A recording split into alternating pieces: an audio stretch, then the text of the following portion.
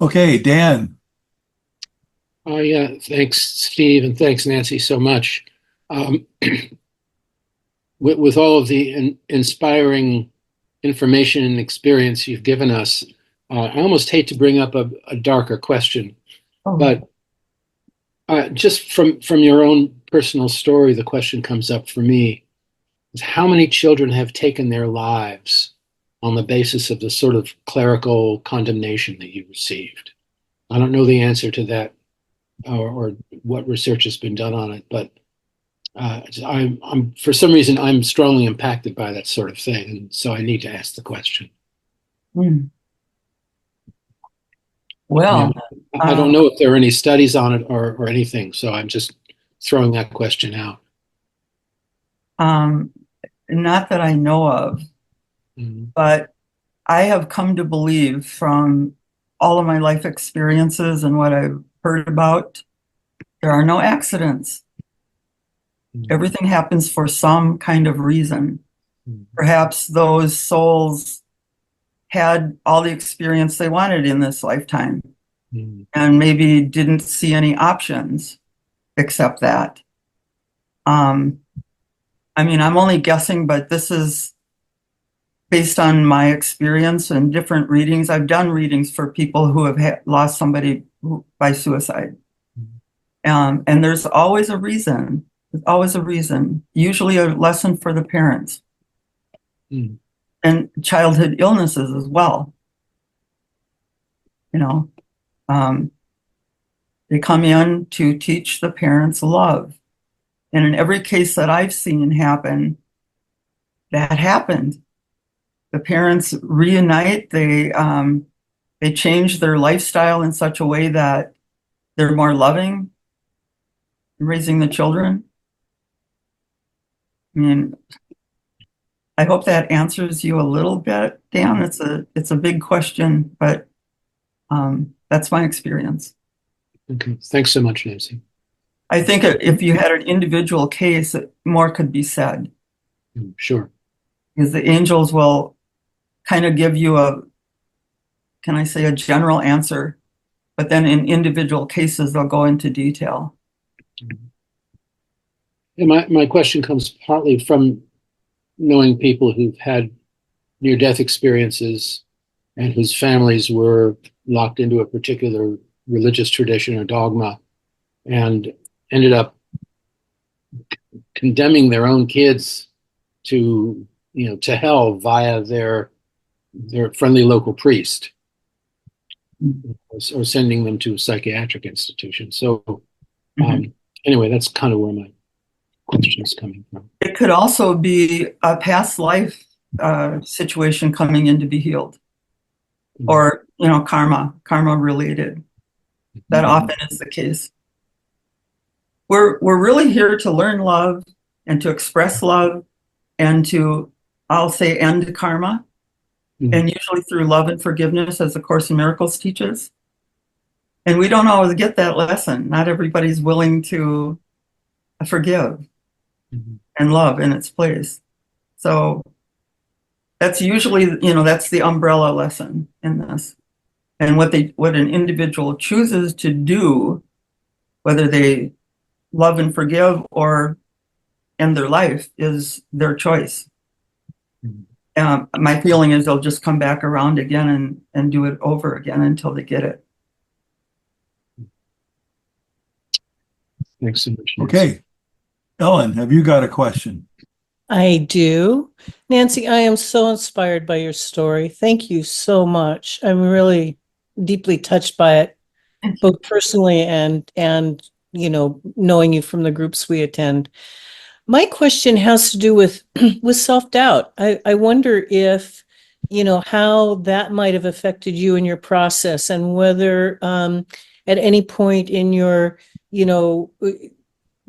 story arc, because it sounds like early on you had really good successes and that probably helped reinforce the feedback loop. But how did you deal with any self-doubt that might have arisen in this process? Oh boy. um, well, first of all, um, I didn't think I'd ever be doing this work. And it was nowhere in my uh, outlook on my life. I had no idea. So to end up having, I would say I had a rough life up until the day I actually met my angels and the work began. Maybe even a little after that, because I was going through the grief at the same time. But I always wondered, why me? What did I do to deserve this? That was my attitude. But connecting with the angels after Jerry died, they allowed me to change the way I looked at my life. They helped me understand that everything that happened in my life happened for a very good reason. I first heard that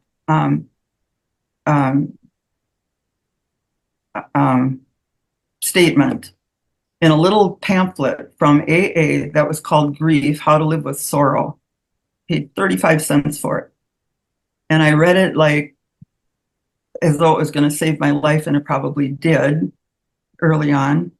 But when I read the part where you have to understand this happened for a very good reason, I threw the pamphlet across the room. I said, there's no good reason. There's no reason why this had to happen. I mean, I fought it. I was very angry about what had happened and all the things that happened in my life that I didn't understand.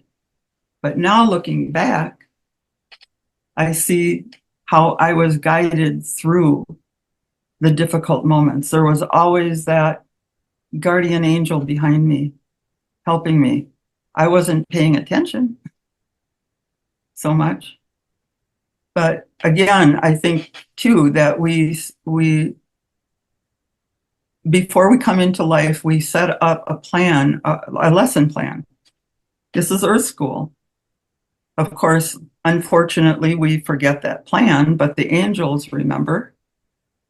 And if we remember at any point in our life, God help me, the angels are right there to help you. Although in my case, I thought God hated me, and so did the angels, and that might be true for you, but not for me.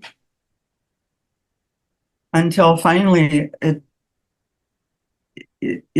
I owned it. I got through that and saw the reason why that happened, and why other things happened, and why things happened to other people.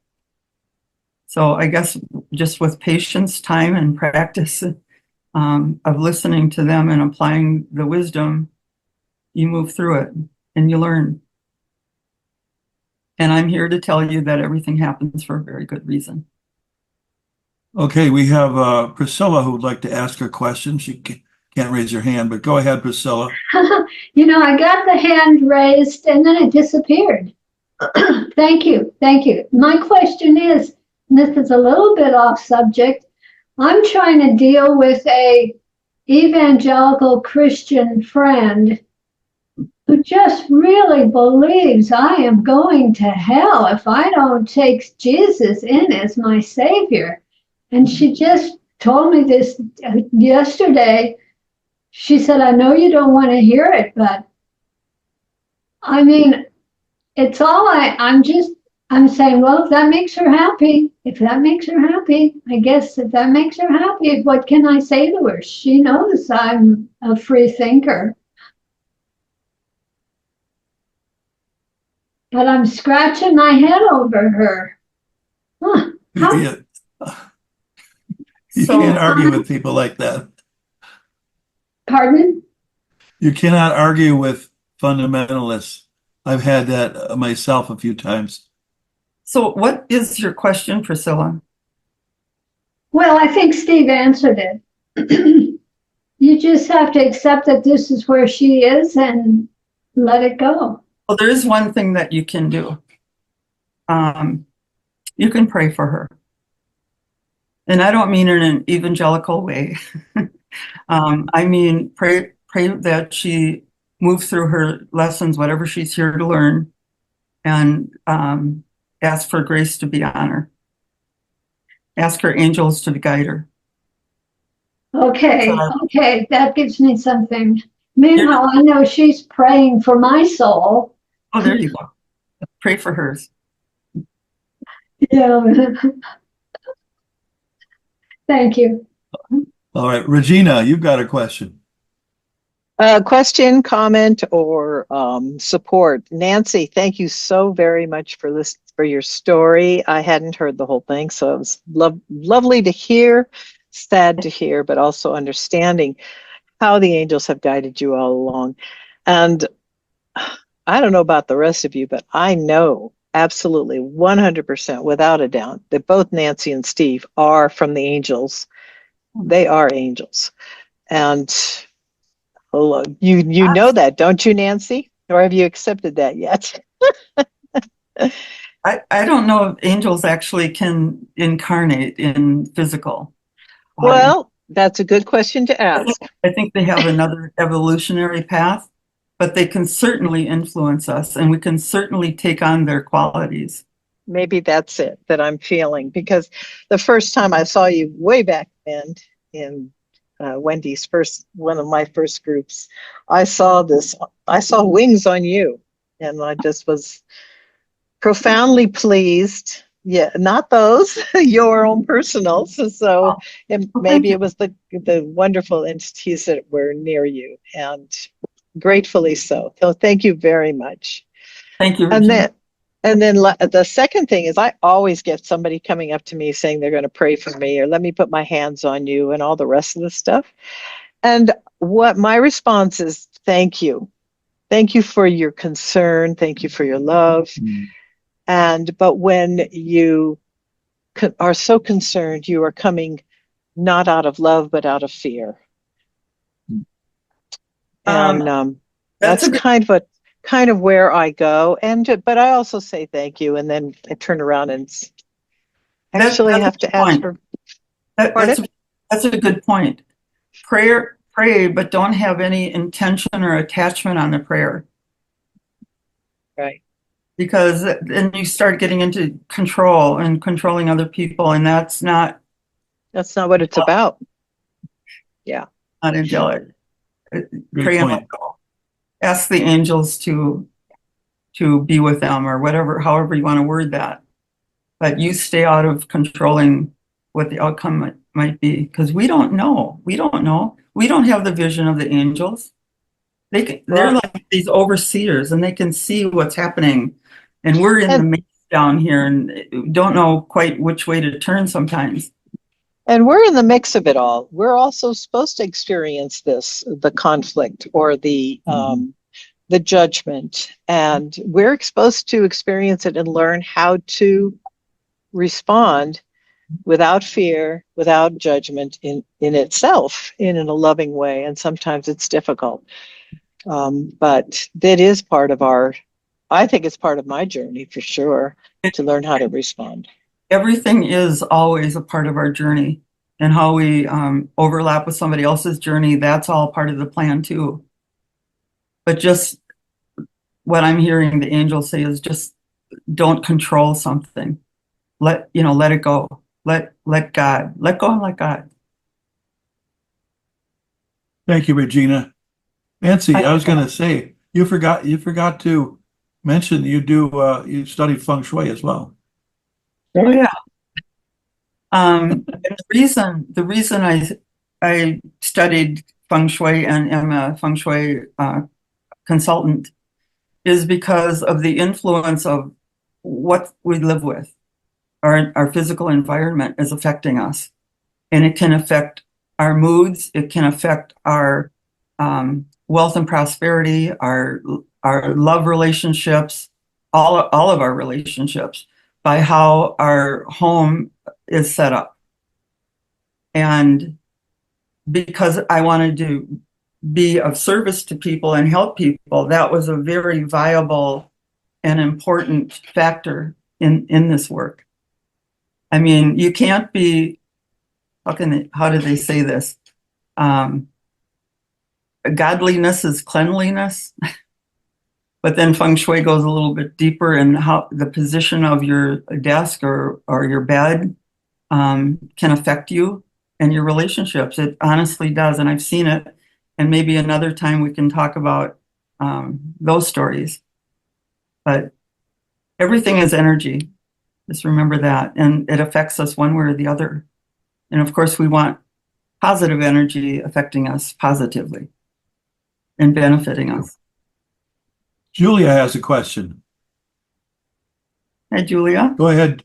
Go ahead, Julia.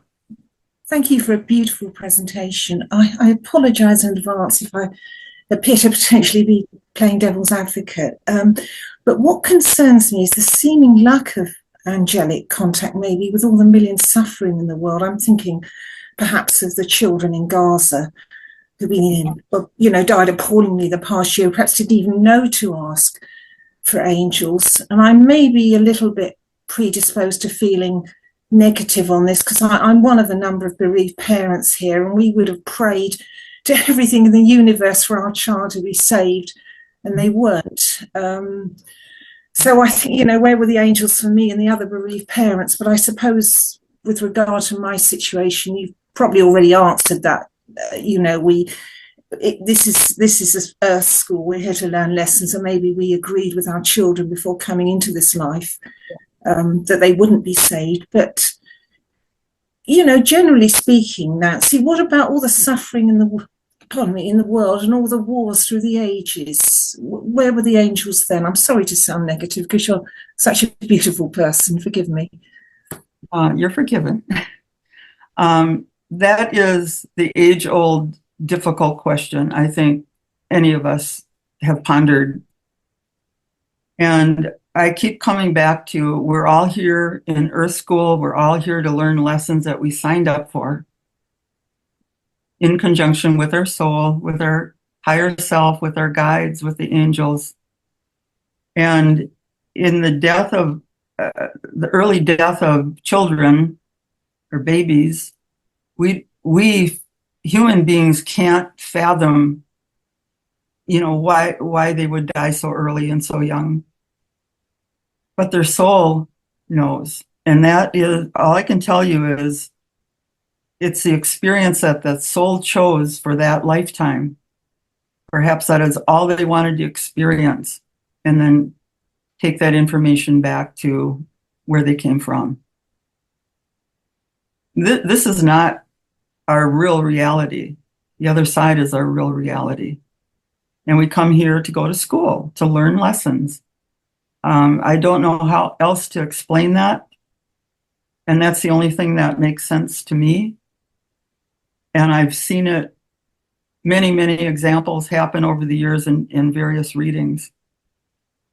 And my conclusion is everything happens for a reason. And that is to learn something valuable that you wanted to learn, that you signed up for before you came here. When we witness that, it's difficult because we don't know the path of that soul, and we don't know the reasons why it chose what it chose. We don't know that. But only that person does. Only that person's soul does. So I hope that helps a little, Julia. This book I've been rereading lately. It's one of the Betty. They're talking about the Betty books, which someday I'll talk about. Betty became a medium from the other side, and she's channeling through to this. She died in 1937. She's channeling to a group of women who started using the Ouija board in Southern California in the 1970s. And the one lady had lost her husband in World War II. And that's when they picked up the Ouija board. And then suddenly they're getting Betty as their guide. And she said the reason for our existence on Earth is to build character.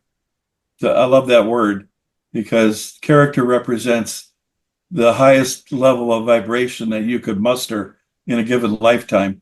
And that will help determine your experience on the other side. And of course, you can reincarnate again, but I love that word, character. So we're here for character building. Anyway, we have another question from Elizabeth. Thank you, Steve, for sharing that. Elizabeth. Hi there, Nancy. A couple of things. First of all, thank you for the lovely presentation. I really appreciated it. I wanted to say that throughout, while you were talking, the whole time I had the idea in my mind, and I still do, that you wouldn't be the person you are today, and you wouldn't be helping people in the way you are today had you not suffered when you were younger. And that this must have been part of the contract, so to speak, before you were born. I've had difficult time in my life too when I was younger, till about maybe age 50, give or take. And I know I would not be the person I am today if I hadn't gone through all that, though I hated it when I was going through it and couldn't understand it and wanted to argue. My only regret was that I wasn't told or taught some of the things I learned later on in life. Had I been taught those things, I might have made some better choices. But there is a value to pain and suffering that's invaluable. And once you've gone through it and you recognize it, you'll recognize it in others, and you'll be able to help others in a way that you just can't without that experience. They're telling me, Spirit's telling me right now, it has to do with love. Keep seeing the word love as I'm speaking to you from Spirit people. So God bless you, or Spirit bless you, or whatever you want to call it. And thank you very much. Elizabeth, thank you. That was very well said. Like what I said in the beginning, my life path was the way it was. And when the event happened where my boyfriend died suddenly, it's like, get me through this alive and I will help others. I didn't know what that meant. What did that mean? I mean, I didn't know what that meant. All I know is my life was filled with grief and sorrow and one thing after the next. And, you know, maybe there was even a point that I didn't care if I lived or died. I mean, it was rough. Yeah. But all for a reason. And I think that's my main message in all of this is everything we go through is for a very good reason that our soul wanted us to learn. And if we hang on and ask the angels, we can know what that is. Right. Don't give up. You're doing it to build character, as Steve says, and to learn love. That's what we're really ultimately here for, to love and to share love. Course in Miracles. Okay, Gary, you got a question or a comment? Yeah, I wanted to comment briefly on what Julia was saying. And from the higher perspective, from a human perspective, we tend to see things as horrible, terrible accidents, but we're always safe. And I think from the higher perspective, what can really happen to you? You're eternal. And I think the angels, they don't interfere with our path, our progress, unless we ask for a specific purpose. Would you say that's true, Nancy? I agree. And they can't interfere, but they're there in an instant when we ask. That's what I was trying to get across. And like we're built up with the life plan and all set to go, and we come into life, and then we forgot all that plan, and we're experiencing what we're here to experience. And in my case, I forgot, or I didn't think I had angels. I mean, Lutheran faith didn't teach that, and I felt God hated me, so my prayers were always unanswered. Right. But in my experience now with working with the angels, I know that in an instant they are there when called upon. When called upon, right? When called upon, and even in situations that are maybe life-threatening, maybe you're heading for a car accident, and you hear this voice saying, make a turn or slam on the brakes or whatever, they can intervene in those situations as well. Oh, yes. And that exact scenario happened to me in a car where they said, you might want to slow down. And they actually gave me suggestion. They didn't tell me what to do. They said, you might want to slow down. There's a car on the wrong side of the road coming around a curve. And sure, they described the car. So yes, but I found it interesting that they will suggest to you, They don't interfere with what choice you make, which is very interesting. But also, I think what I was trying to say to Julia is just humanly, we see things as horrible, but from a higher perspective, we're always safe, whether we're in the body or not in the body. So, And it's all part of that life plan for that person. that's correct. Yeah. I mean, we can certainly, pray for the person and feel their pain and their grief, but it's happening for a reason. And I think that's what we need to change our mind and look toward, rather than the pain and suffering of the situation. Thank you, Nancy. You're welcome. Okay. Thank you. Paul, you're next. Okay. Thanks, Nancy. I'm very, well, almost shaken by your story. It's very emotional. And I want to share something with everybody here about what you learn in your life.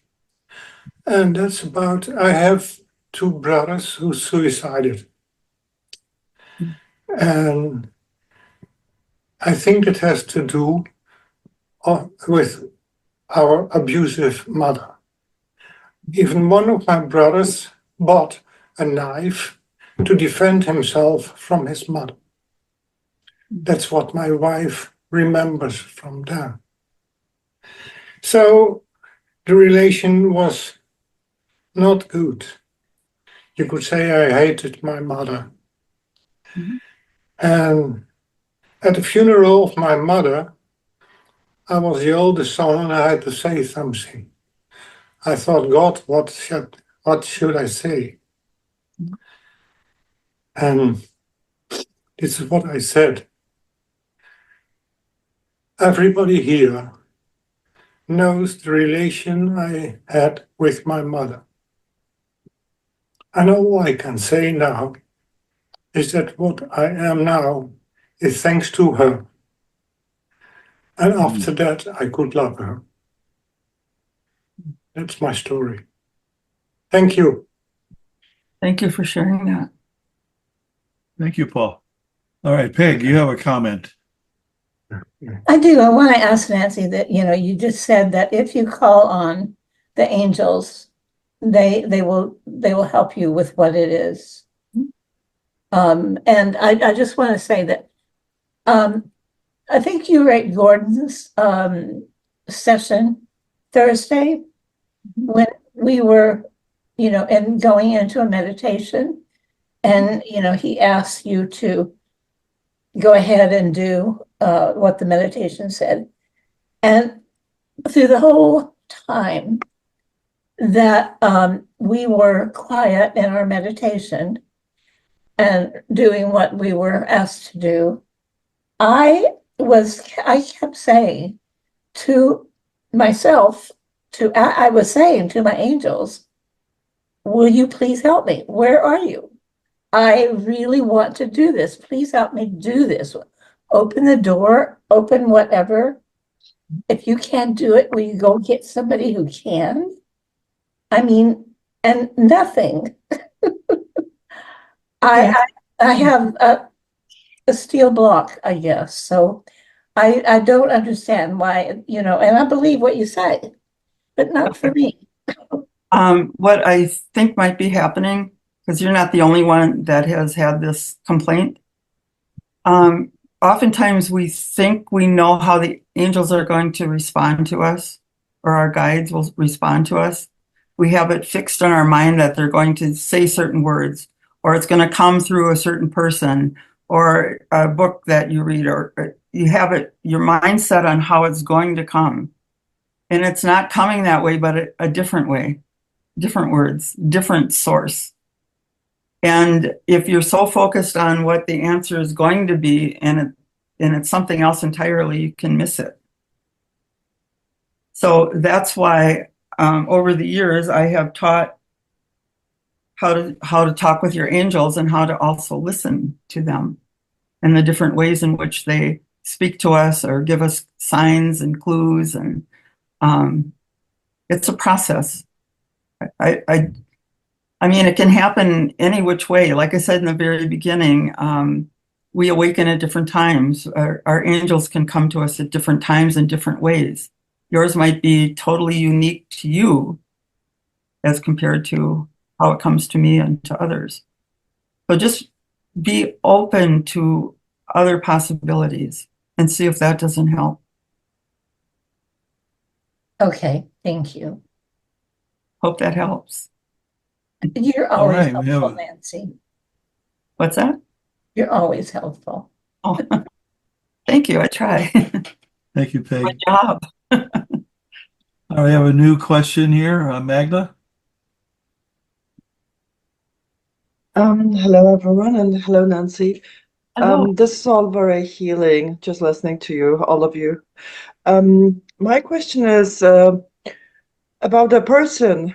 I have a person in my life who appeared on my path at the worst possible time when my son died, and also at the same time I was dealing with my mom's dementia. My mom lives in another country, so it was complicated. And suddenly this person, this beautiful Austrian, appeared, friend of a friend. I was introduced to him, and he solved so many of my problems just by being an amazing person. I call him my guardian angel as a joke, but I think you said that angels don't necessarily appear in the shape of people, but do you think it's possible that they make people act? That this person is on my path for a reason? It's just so astounding. He does for me things that people don't normally do for other people. He does so much for me. I can so rely on him. Absolutely, they work through people. And birds and animals and feathers and coins that you find. I mean, all different ways the angels try to get our attention. They tried to get my Thank attention you. for years, and nothing worked until my friend died. That did it. But we don't have to wait for that kind of a moment. You know, look for the little signs. Ask what you want to ask, what you want help on. Ask what you want help on. And then listen. And in my experience and in the classes that I've taught, it's the first thought that comes. They answer immediately. And sometimes we discount it because we think, well, I don't have any angels. They don't talk to me. They can't certainly talk that fast to me or, respond that quickly. Yes, they can. And it's usually the first thing that you hear. My book will give you step-by-step instructions on how to listen and how to document what they're saying through automatic writing or note-taking, dictation. And I think practice makes perfect. Well, thank you for confirming what I was feeling about this friend, because he's just so out of the usual. So, well, thank you. I think another way to look at it is that angels and guides can influence people to, kind of give them a little nudge in the right direction.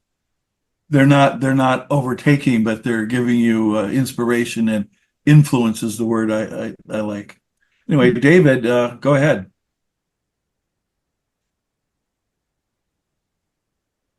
I'd like to respond to Peg, because Peg, I had the same problem. Peg and I are both in Gordon's group, and Gordon puts us through meditation. And for 5 years, I was trying to do these rescues with no luck at all and wondering what was happening. And I was asking my guides, what can you show me how to do it, or get me somebody, just like you said. And then I heard something in my head, just be patient. And I was shown a different way, where I see a dream, and that leads me into the rescue. And so my point to you is, don't give up. Maybe there's another way to do it, just like there was with me. Just keep asking. Okay? That's my point. And keep Thank trying you, different David. things. That's helpful. Yep. Stay with it. Be patient. Gary, you're back. Yeah, I'm You're back. on. Well, I have a little story to share, which really touched me. Um, and it's somewhat personal. My cousin was passing in December, but I didn't know she was passing. She wasn't feeling well. I called in angels, and this is to speak to what Peg was saying. I called in angels ostensibly for healing. And little did I know she passed that day. So you might say, oh, the angels didn't heal her. Well, I got a phone call from a very well known medium just checking on me. She had heard my cousin had passed, but I didn't tell anybody I had called in angels into her room to heal her. And during our conversation, she said, I don't know what this means or why I'm getting this, but I'm hearing the angels were singing. Well, they were there to carry her across.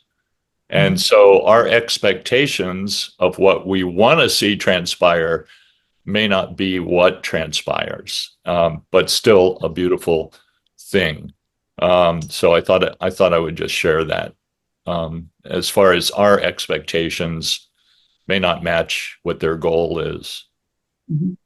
Well, both of you have hit on two things I have a problem with.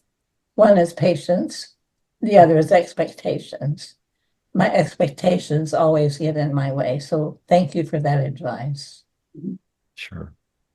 And Gary, you reminded me of something that happened early on. I'm not sure if it's the very first time I heard the angels speak to me.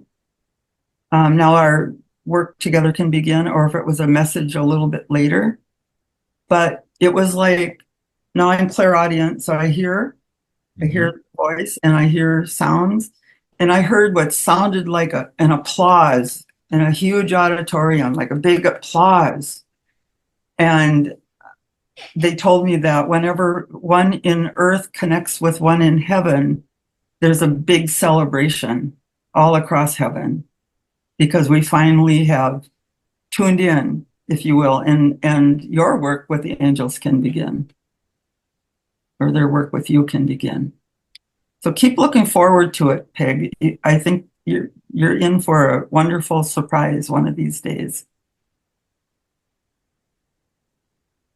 The angels are more excited, I think, to connect with us than we are with them, if you can imagine that. Imagine that.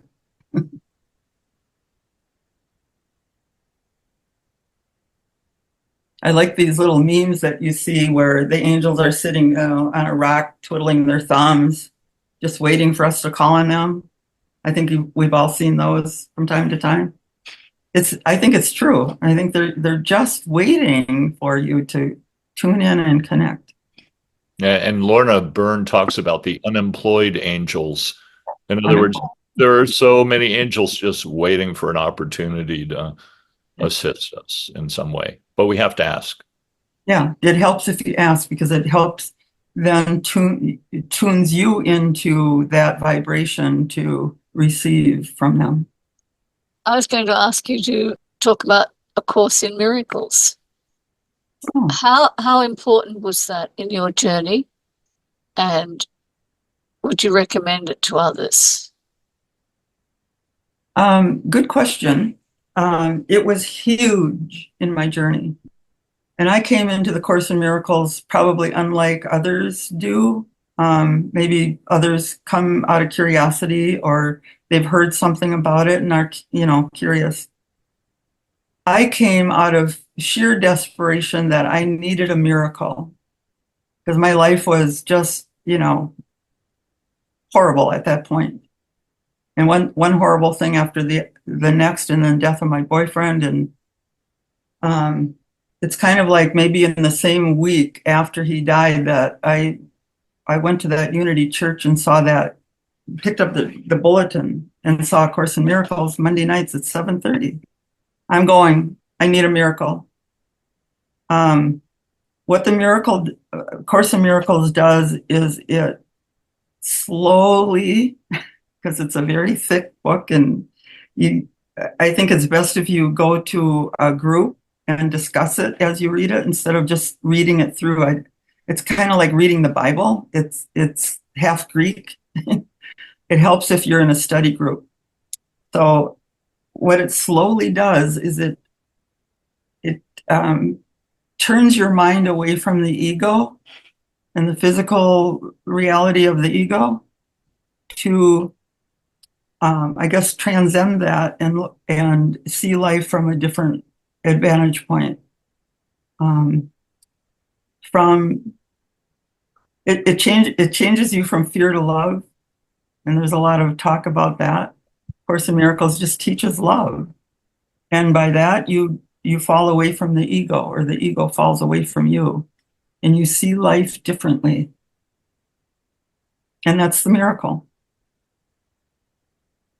I put a link in the chat. I really recommend that you study it with a group. I was fortunate to have some really cool people in the group that I was in that had a miracle mindedness and the love in their heart to help you through understanding the Course. You might pick up a book if you're interested in the Course. I would recommend a book called, Steve, help me out here, Gary Watnick's book. I'll look it up.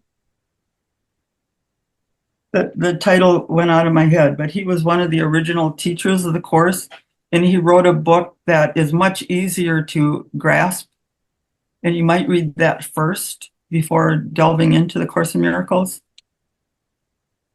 It's under the Foundation for A Course in Miracles. I'll put the link in there. What's the name of the book, Steve? It doesn't say offhand.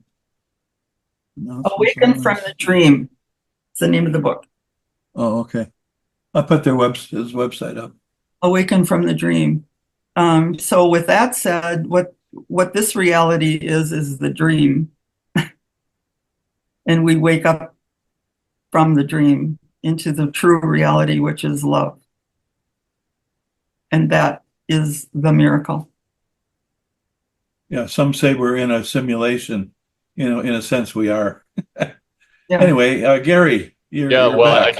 I wanted to add to that there's that first phrase in the Course in Miracles that sums up the whole course, which is, you have to really sit with this one. Nothing real can be threatened. Nothing unreal exists. That sums up the whole Course in Miracles.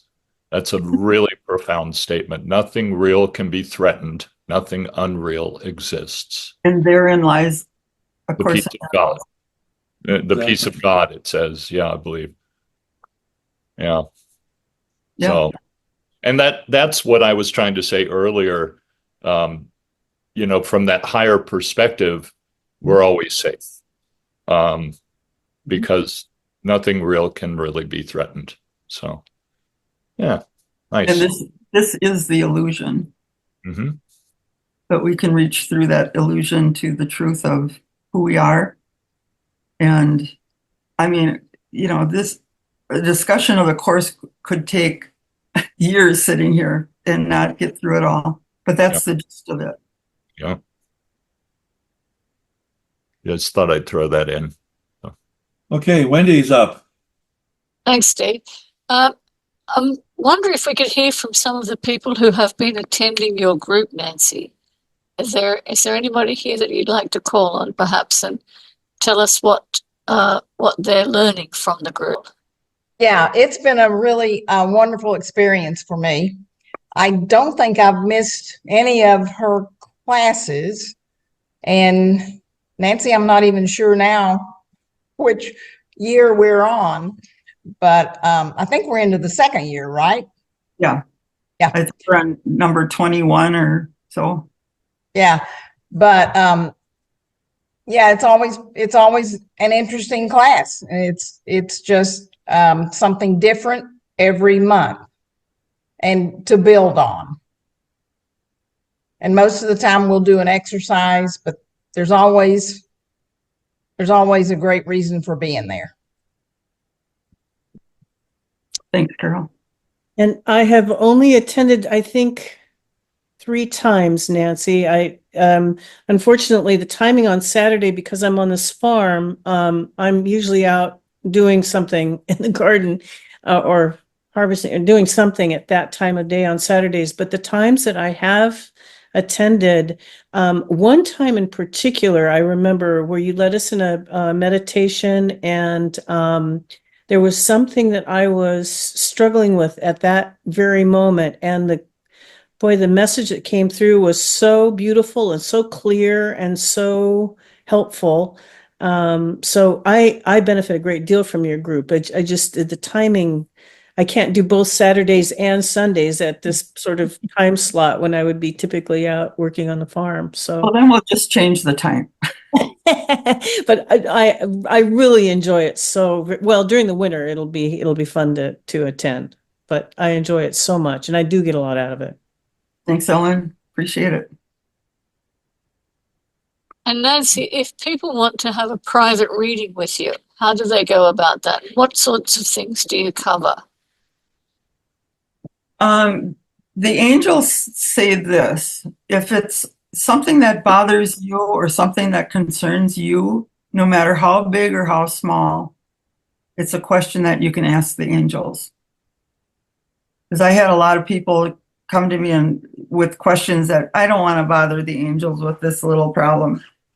If it's a problem to you, it's an answer for them to give you. How to get a hold of me? Steve could put my email in the chat. Email is probably the best.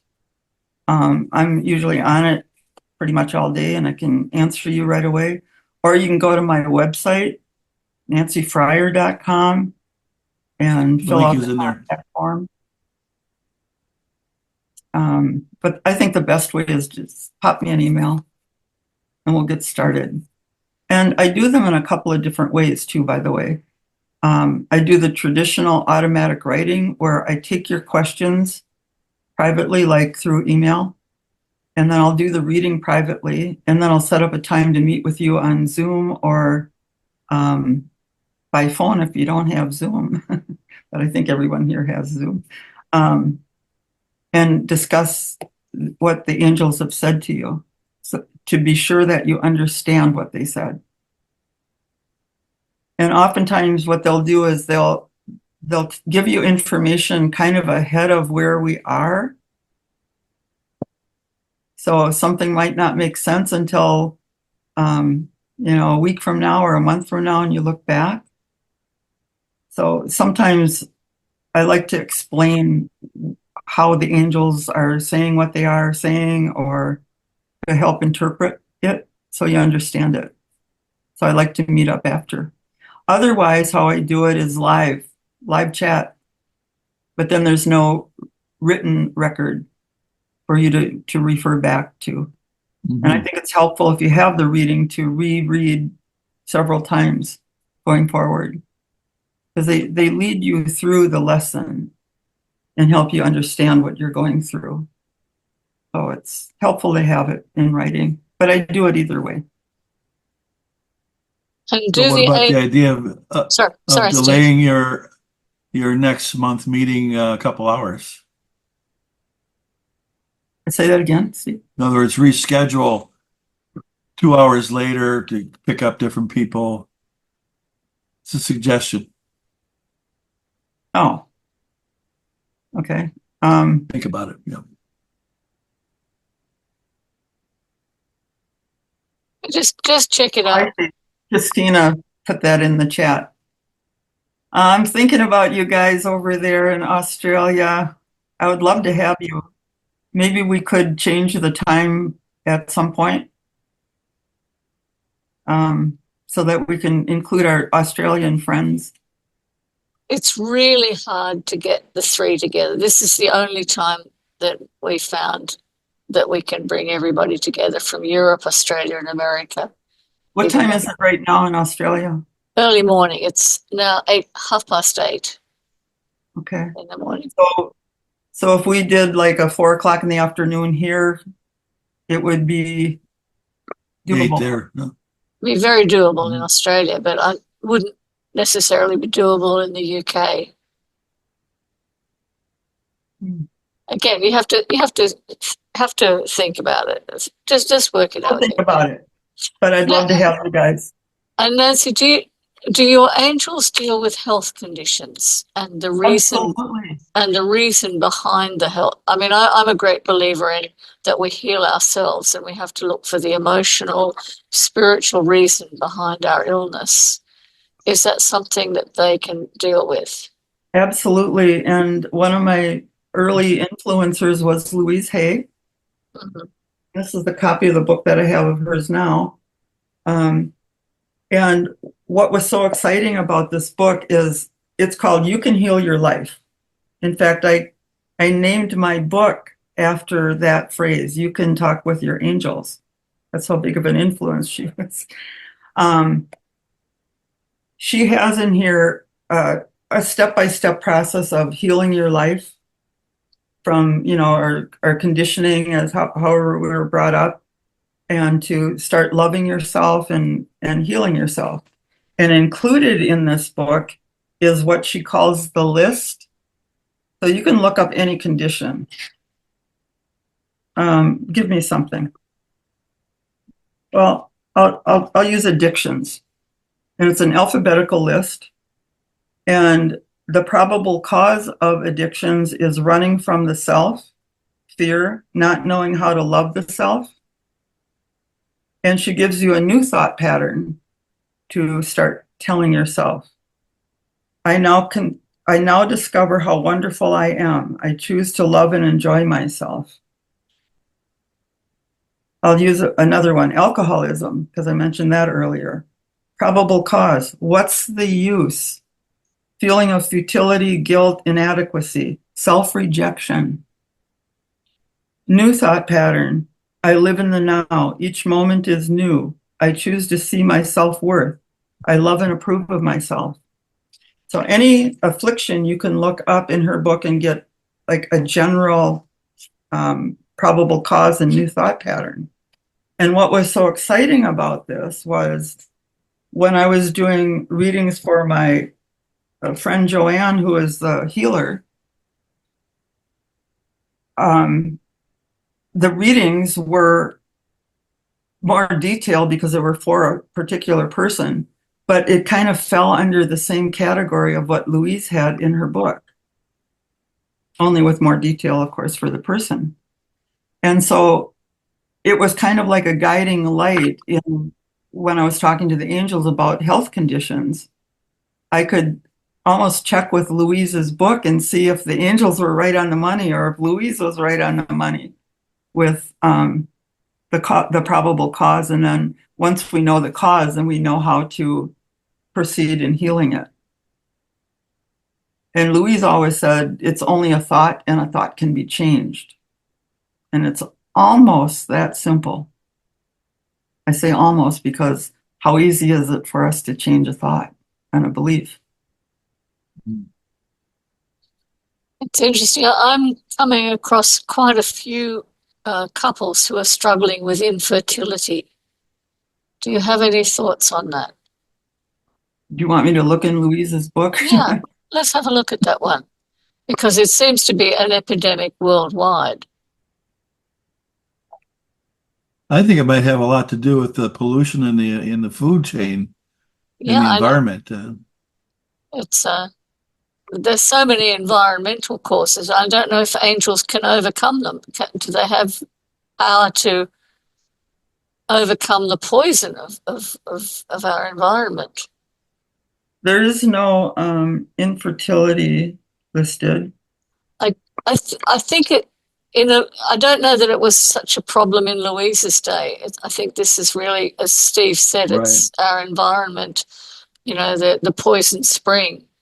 But just remember too that if it's a problem for you or something you're wondering about or worried about, you can ask the angels and they will give an answer. That's true. And give you direction in healing it. Because that's their purpose with me anyway. I don't know if that's a purpose with everybody, but they're the healing agent that works through me to help people. I wanted to address that question, Wendy. I think one of the things that may be happening, and I'm just going to put this out there, is there's a collective energy on the planet right now that's working in various different ways. And one of the beliefs in that collective energy is that there are too many people on the planet. Mm-hmm. And I, whether it's pollution, whether it's whatever the contributing factor is physiologically, I think there's an energetic component to this that's in the collective consciousness. I wouldn't be at all surprised, Alan, but there's definitely something coming up, something going on globally.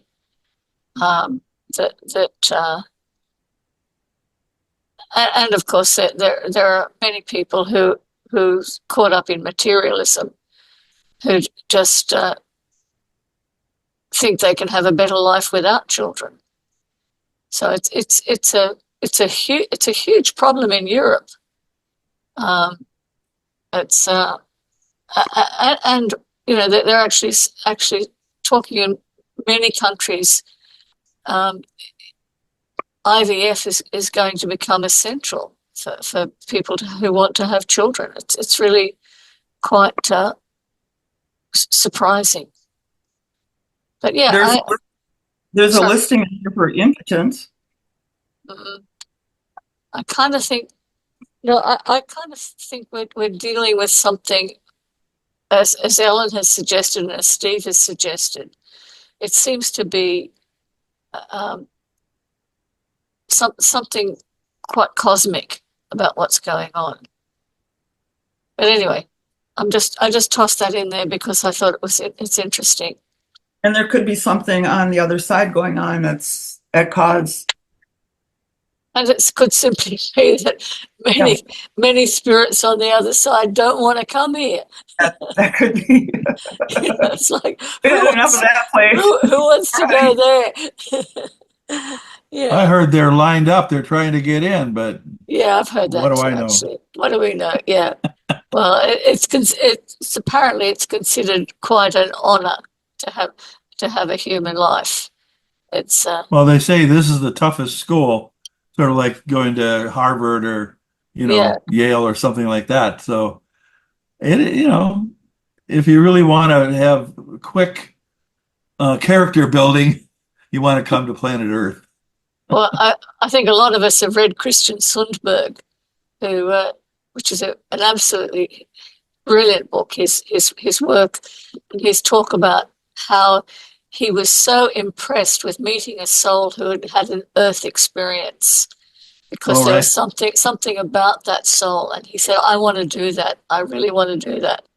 It was kind of like a challenge to him. And then when he finally planned his life, he started going down the tube. He changed his mind. Absolutely, and he aborted. He aborted the first time, and then but if you haven't seen his videos, have a look. He came onto our global gathering once, and there's a recording there of his discussion about his experience of incarnation. Absolutely. Who is this? Christian Sundberg. I'll see if I can put a link. Thank you on it. Thank book you. review site. You bring up a topic, Wendy, that Steve and I asked the angels a number of years ago about the abortion issue.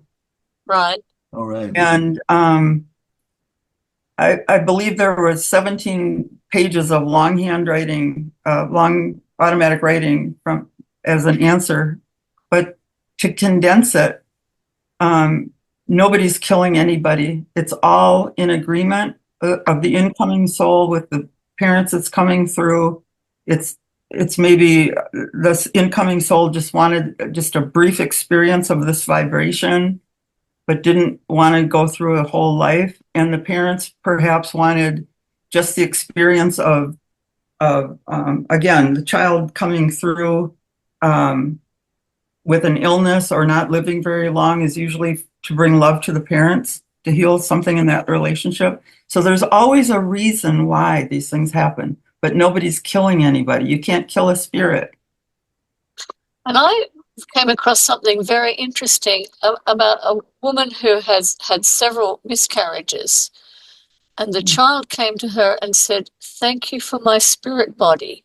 Like the child had actually wanted to have a body in the spirit world to actually move into sort of an astral body, an etheric body, and That makes sense. and so that she could experience spirit life as an Interesting. individuated form, which I thought was really interesting. I hadn't Yeah. never thought about that.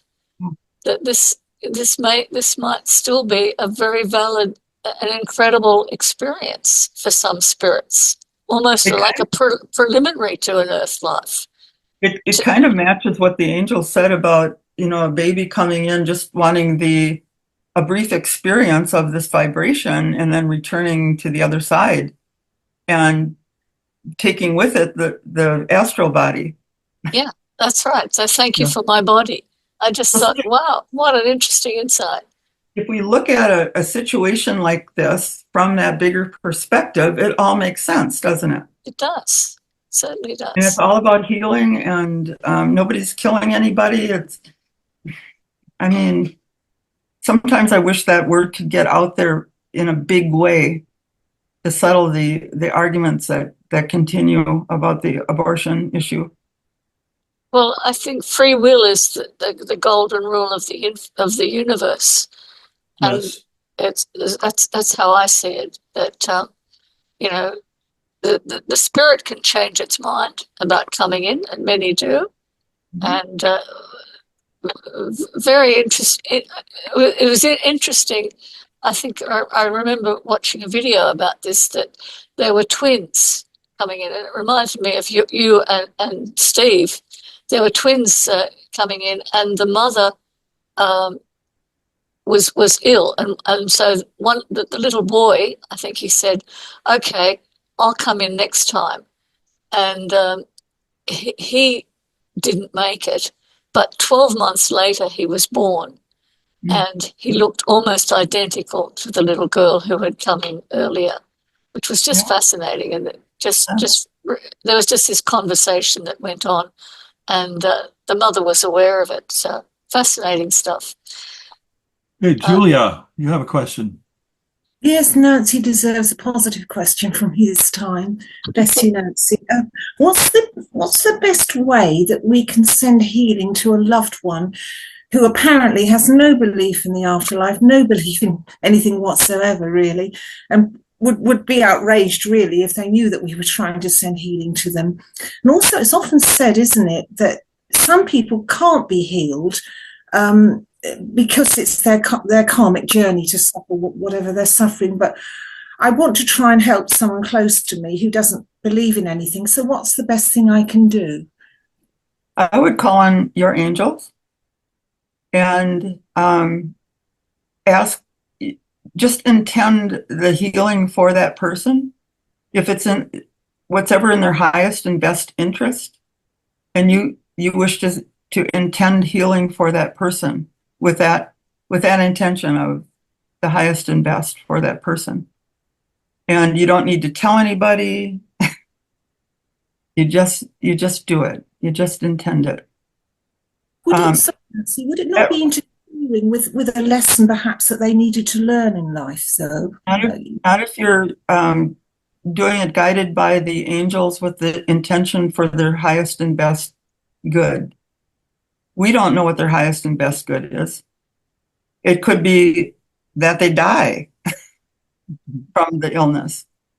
We don't know that. We don't know that, but the angels know it. So if you just allow your prayers to be guided by the angels and not have any, what can I say? Investigation outcome. For the highest good of all is what I would add to any prayer like that. Good point. Highest good takes the onus off of you for doing witchcraft. Anyway, we got another question or a comment? Larice? Laurie's waiting there, yeah. Oh, I was Go going on. to tell a story about abortion or possible abortion. I once was doing a shamanic soul retrieval for a young client, and she, I didn't know her at all. I started out by asking her if anything bothered her, and this would be physically or, or emotionally or anything. And she said, "Well, I'm pregnant." And she said, "I already have 2 children, and I'm depressed a lot, so I'm afraid that I won't be able to cope with this one." And so I just thought, okay, let's see what happens here. And the very first thing I saw when I went into non-ordinary reality was that she, the baby that she was going to have came right to me, right there, front and center, and said, "I know both of my parents, and I love my parents. And if I'm going to be a problem this time in this place and time, I don't want to come.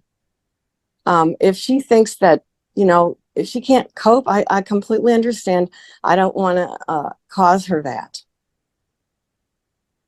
And so I just told her that when I got back and I was telling her what all I found. I asked her if she knew what gender it was, and she said no, she didn't know. And I said, "Well, it came to me as male."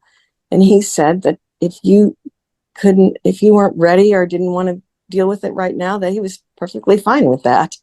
And I don't know what happened because I didn't follow up with these people, but I just thought it was really, really interesting. Fascinating. Yeah, I'm very interested at the moment in pre-birth memories and this whole idea of children choosing their parents and even choosing the characteristics of their body and choosing their illnesses and everything else. It's really, really it's becoming a lot more common to talk about it. The way near-death experiences are now so very common. Pre-birth experiences are becoming that way as well. And Yes. I think it's absolutely fascinating, and it's going to change people's perspective on life, I think. It totally is in alignment with what the angels have said, that we plan our lives before birth. And I've always visualized it as we're in this huge conference room, you can imagine, with all our loved ones, significant others, everyone's in the room with us, and our angels and our guides.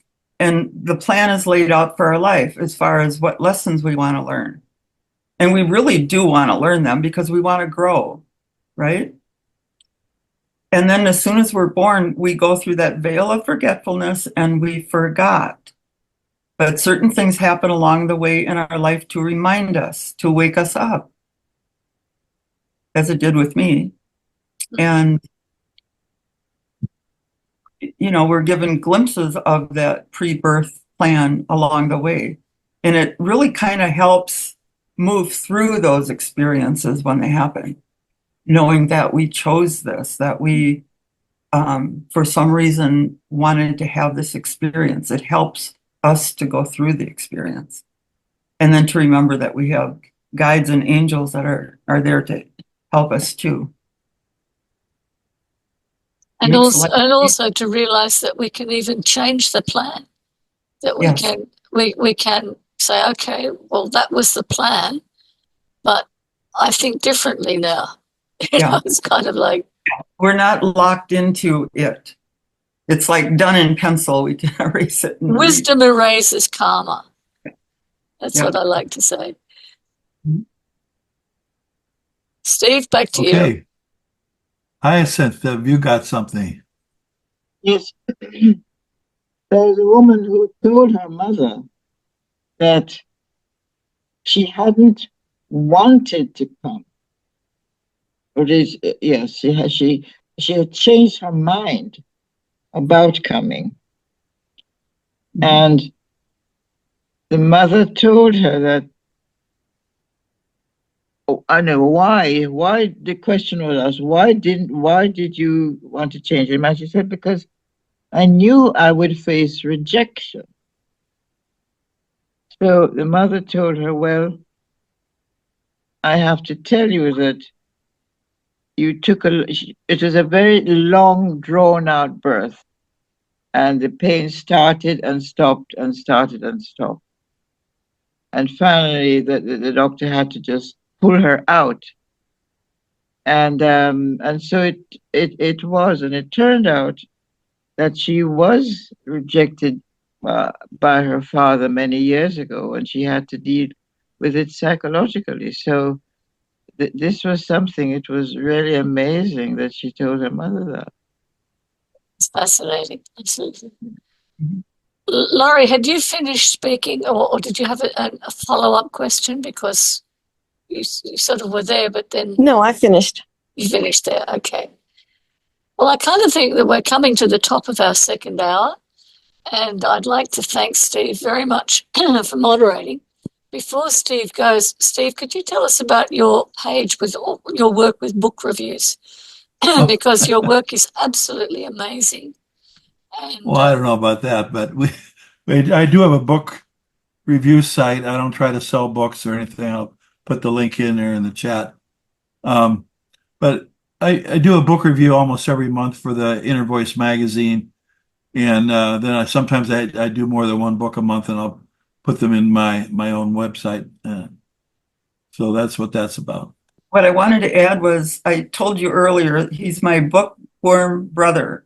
It's almost all he does is read books, and he's got a wealth of knowledge. But I wanted to say to your point, Wendy, about the pre-birth planning, and I think that this was true in my pre-birth planning, that of course we select our parents and our siblings. And of course, I know that Steve and I had other past lives, other lives together. But in this life, I didn't want to come. And it took me 2 years and 2 days to be convinced to come. But Steve, in a past life, Steve and I were brother and sister. And I died drowning in a drowning accident. And he was unable to save me. And he took that guilt or whatever you feel when you can't help somebody to his grave with him. And in this lifetime, we said we would come back together, and he would do anything to help me. Out of guilt. Out of guilt. And to kind of even out that karma. And so here he is. I mean, he's been helping me all my life with one thing or another, sending me books, hosting this chat. I mean, he's just always been there. And I'm quite grateful. And I just wanted to say that publicly. Oh, thank you. I think you're both inspirational and very, very much loved by everybody in this in this organization, in this group. And we're just very grateful to. And of course, it was Steve that brought you to us. Do you remember? He would tell me about this group for a while, for maybe like a year or something. Nancy, you should join us on Sunday, this group. You would enjoy it. And I don't know why I stalled or, didn't come. And then finally, I think it would be 2 years this January or 3 years this January, I forgot, that he told me that you wanted me to come as a guest. And that was the first time I spoke here. And so the first time I came, I was a guest. Right. And you freaked out. Freaked right out. That's but I knew about the group before I came. I don't know why I didn't come sooner. I guess it was part of my plan. Part of your Well, plan. we thank you. We thank you too, Wendy. You're the high priestess of all the angels here. Of dragging people in. Regina. Regina. I wanted to thank you personally, and Nancy and Steve, Wendy, your guys are amazing. I get so excited to attend because there's always something that triggers, and I can Spirit is just chats away with me, or angels. I don't know what level they are. They're just amazing people that are on the other side, and they're all clapping. They're clapping for you.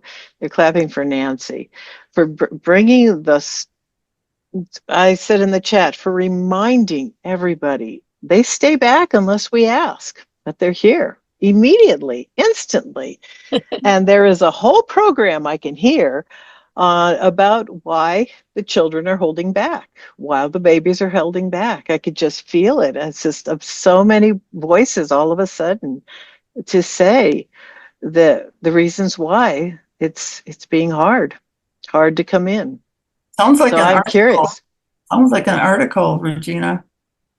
How about an I article? think I'm going to have to sit down and do some automatic writing with this, because it's really strong. I can feel it now, and I'm thinking, oh my gosh, who Sounds is like this? an Or article. oh, I'll get it to you, Nancy, as soon as I can put it together. We'll talk. That'd be Yes, I'd love fantastic. to. I'd love it. Anyway, thank you, Wendy and Okay. Nancy and Steve. And thank you, everybody, for being here and for participating so beautifully. And I'm looking forward to getting the video, going over the video and getting it up for everybody to listen to.